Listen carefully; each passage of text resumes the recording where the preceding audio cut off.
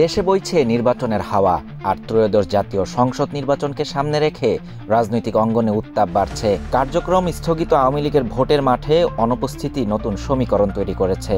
প্রশ্ন উঠেছে, দলটির ভোট কোন দিকে যাবে? তবে বিএনপি ও জামায়াতে ইসলামী দুই দলই গণঅভ্যুত্থানে ক্ষমতাচ্যুত এই দলটির ভোট টানতে নানা কৌশল অবলম্বন করছে।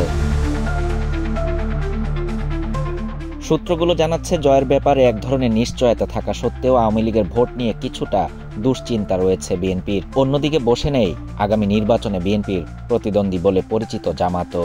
দলটি আওয়ামী লীগের ভোট টানতে সংখ্যালঘুদের দু একটি আসন ছেড়ে দেওয়ারও চিন্তা করছে। অন্যদিকে আওয়ামী লীগের ভোট টানার লক্ষ্যকে কেন্দ্র করে তরুণদের দল জাতীয় নাগরিক পার্টি এনসিপির সঙ্গে জোট করবে কিনা তা নিয়ে বিএনপি ও জামাত দুই দলই পুনর্বিবেচনা করে দেখছে।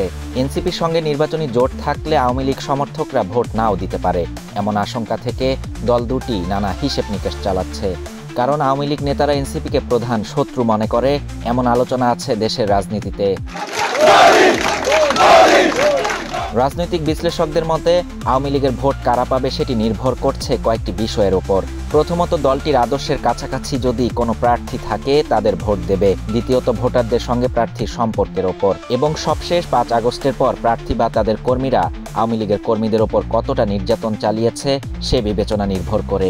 বিশ্লেষকদের মতে আওয়ামী লীগের সমর্থক গোষ্ঠী বা ভোটাররা তাদের আদর্শের কাছাকাছি যদি কোনো প্রার্থী পায় তবে তাদের ভোট দেবেন, আবার না ভোট দেওয়ারও সম্ভাবনা রয়েছে।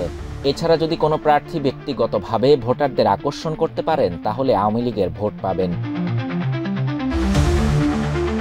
আগামী জাতীয় সংসদ নির্বাচনে আওয়ামী লীগের অংশগ্রহণ এখনও অনিশ্চিত। প্রধান উপদেষ্টা নিজেই বলেছেন আগামী নির্বাচনে দলটি অংশ নিতে পারবে না। বিএনপি ও জামায়াত নেতাদের মতে আওয়ামী লীগের প্রায় 17 বছরের দুঃশাসনে সাধারণ মানুষ অতিষ্ঠ ছিল, যে কারণে আওয়ামী লীগের আগের ভোটের হারের সঙ্গে বর্তমান অবস্থা মেলানো যাবে না।